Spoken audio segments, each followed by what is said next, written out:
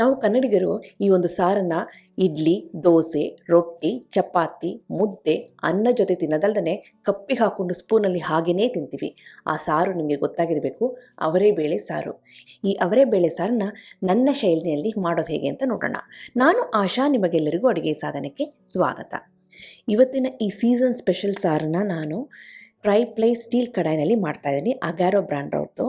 ಇದನ್ನು ಡೈರೆಕ್ಟಾಗಿ ಬಾಣಲಿನಲ್ಲೂ ಸಹ ಮಾಡ್ಬೋದು, ಇಲ್ಲಾಂದರೆ ಕುಕ್ಕರ್ನಲ್ಲೂ ಆದರೂ ಮಾಡ್ಬೋದು. ಬಾಣಲಿನಲ್ಲಿ ಮಾಡಿದ್ರೆ ಸ್ವಲ್ಪ ಹೆವಿ ಪಾತ್ರೆನ ತೊಗೊಂಡು ಮಾಡಿ ಈ ರೀತಿ. ಈಗ ಈ ಬಾಣಲಿಗೆ ನಾನು 2 ಟೇಬಲ್ ಸ್ಪೂನಷ್ಟು ಎಣ್ಣೆನ ಸೇರಿಸ್ತಾ ಇದ್ದೀನಿ.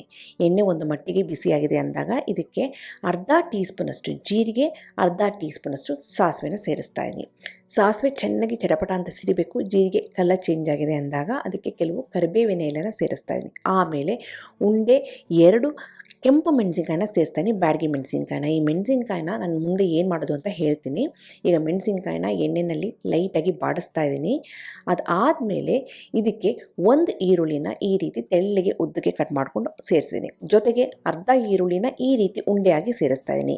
ಈ ಈರುಳ್ಳಿ, ಕೆಂಪು ಮೆಣಸಿನ್ಕಾಯಿ ಎಲ್ಲ ರುಬ್ಬೋದಕ್ಕೆ ನಾವು ಸಪ್ರೇಟಾಗಿ ತಗೋಬೇಕಾಗುತ್ತೆ, ಹಾಗಾಗಿ ಉಂಡೆಯಾಗಿ ಸೇರಿಸ್ತಾ ಇದ್ದೀನಿ.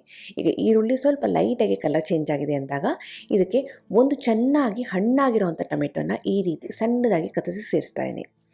ಇದ್ರ ಜೊತೆಗೇ ಒಂದು ಅರ್ಧ ಟೊಮೆಟೊ ಹಣ್ಣನ್ನು ಹಾಗೆಯೇ ಸೇರಿಸ್ತಾ ಇದ್ದೀನಿ, ಇದನ್ನ ರುಬ್ಬೋದಕ್ಕೆ ಸಪ್ರೇಟಾಗಿ ತೆಗಿಯೋದಕ್ಕೆ ಅಂತ.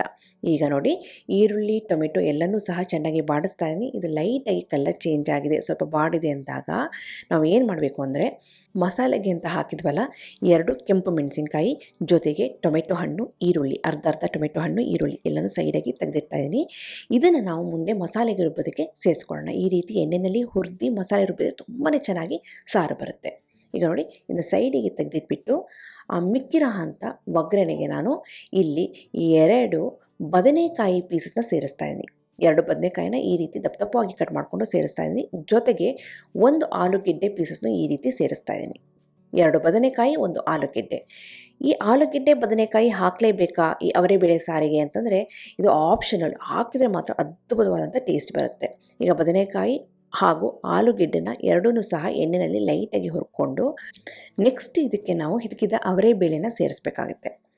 2 ಬದನೆಕಾಯಿ, 1 ಆಲೂಗೆಡ್ಡೆ, ಇದಕ್ಕೆ 1 ಕಪ್ಪಿನಷ್ಟು ಅವರೆಬೇಳೆನ ಸೇರಿಸ್ತಾ ಇದ್ದೀನಿ. ಹಸಿ ಅವರೆಬೇಳೆ, ಹಿತಕಿದಂಥ ಅವರೆಬೇಳೆನ ಇಲ್ಲಿ ಸೇರಿಸಿ ಈ ಅವರೆಬೇಳೆನ ನಾವು ಈ ಒಗ್ಗರಣೆಯಲ್ಲಿ 1 ರಿಂದ 2 ನಿಮಿಷ ನಾವು ಬಾಡಿಸ್ಬೇಕಾಗುತ್ತೆ. ಈ ರೀತಿ ಎಣ್ಣೆಯಲ್ಲಿ ಬಾಡಿಸ್ಬಿಟ್ಟು ಆಮೇಲೆ ಮಸಾಲೆ ನೀರನ್ನ ಹಾಕಿ ಬೇಯಿಸಿದ್ರೆ ಚೆನ್ನಾಗೂ ಸಹ ಬೇಯುತ್ತೆ, ಜೊತೆಗೆ ಸಾರು ತುಂಬಾ ರುಚಿಯಾಗಿ ಬರುತ್ತೆ. ಈಗ ನೋಡಿ, ಲೋ ಫ್ಲೇಮಲ್ಲಿ ಇದನ್ನು ಚೆನ್ನಾಗಿ ಬಾಡಿಸ್ತಾ ಇದ್ದೀನಿ. ಇದಕ್ಕೆ ಒಂದು ಸಿಂಪಲ್ಲಾಗಿ ಮಸಾಲೆನ ರುಬ್ಕೋಬೇಕಾಗುತ್ತೆ. ಅದಕ್ಕೆ ಇಲ್ಲಿ 3 ಟೇಬಲ್ ಸ್ಪೂನಷ್ಟು ತೆಂಗಿನಕಾಯಿ ಪೀಸಸ್ನ ಸೇರಿಸಿದ್ದೀನಿ.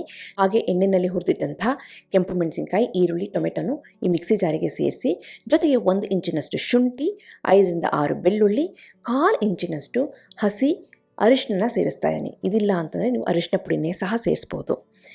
ಇದಾದಮೇಲೆ ನಾವು ಇದಕ್ಕೆ 2 ಟೇಬಲ್ ಸ್ಪೂನಷ್ಟು ಸಾರಿನ ಪುಡಿನ ಸೇರಿಸ್ತಾ ಇದ್ದೀನಿ. ನಿಮ್ಮ ಮನೆಯಲ್ಲಿ ಯಾವ ಸಾರಿನ ಪುಡಿ ಇದೆಯೋ ಅದನ್ನು ಸೇರಿಸ್ಬೋದು.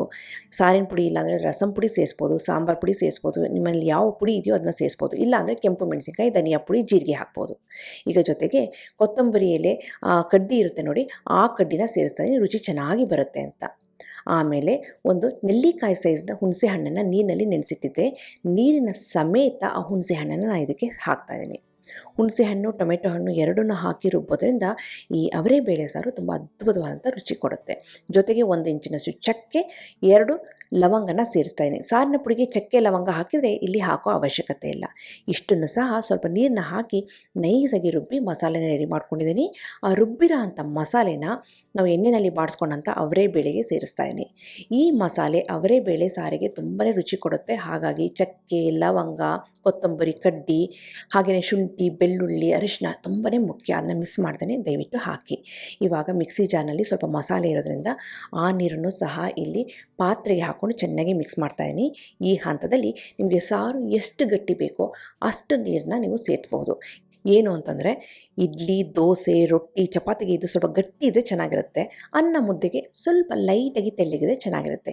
ಈ ಸ್ಟೇಜ್ನಲ್ಲಿ ರುಚಿಗೆ ತಕ್ಕಷ್ಟು ಕಲ್ಲುಪ್ಪನ್ನು ಹಾಕಿ ಇದನ್ನ ಚೆನ್ನಾಗಿ ಕುದಿಯೋಕ್ಕೆ ಬಿಡಬೇಕಾಗತ್ತೆ. ಒಂದು ಸಾರಿ ಇದು ಚೆನ್ನಾಗಿ ಕೊತ ಕೊತ ಕೊತ ಅಂತ ಕುದೀತಿದೆ ಅಂದಾಗ ಫ್ಲೇಮನ್ನು ಲೋ ಟು ಮೀಡಿಯಮ್ ಮಾಡಿಬಿಟ್ಟು 5-7 ನಿಮಿಷ ಹಾಗೇ ಕುದಿಯೋಕ್ಕೆ ಬಿಟ್ಟರೆ ಅವರೇ ಬೇಳೆ ಚೆನ್ನಾಗಿ ಬೆಂದ್ಕೊಳ್ಳುತ್ತೆ. ಮಸಾಲೆನೂ ಸಹ ಚೆನ್ನಾಗಿ ಹೊಂದ್ಕೊಂಡು ಟೊಮೆಟೊ ಹಣ್ಣು, ಈರುಳ್ಳಿ ಜೊತೆಗೆ ಆ ಬದನೆಕಾಯಿ, ಆಲೂಗೆಡ್ಡೆ ಎಲ್ಲ ಚೆನ್ನಾಗಿ ಬೆಂದ್ಬಿಟ್ಟು ಅದ್ಭುತವಾದಂಥ ಅವರೇ ಬೇಳೆ ಸಾರು ರೆಡಿಯಾಗುತ್ತೆ.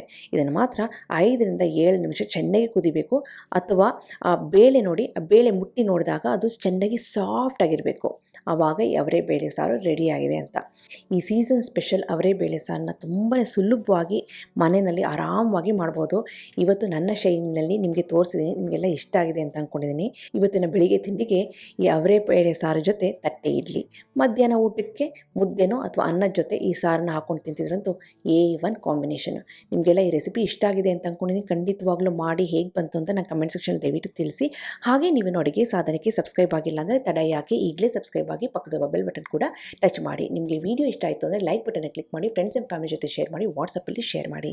ಮತ್ತೊಂದು ಇಂಟ್ರೆಸ್ಟಿಂಗ್ ರೆಸಿಪಿಯೊಂದಿಗೆ ಭೇಟಿ ಆಗ್ತೀನಿ. ಎಲ್ಲರಿಗೂ thank you, bye bye, see you.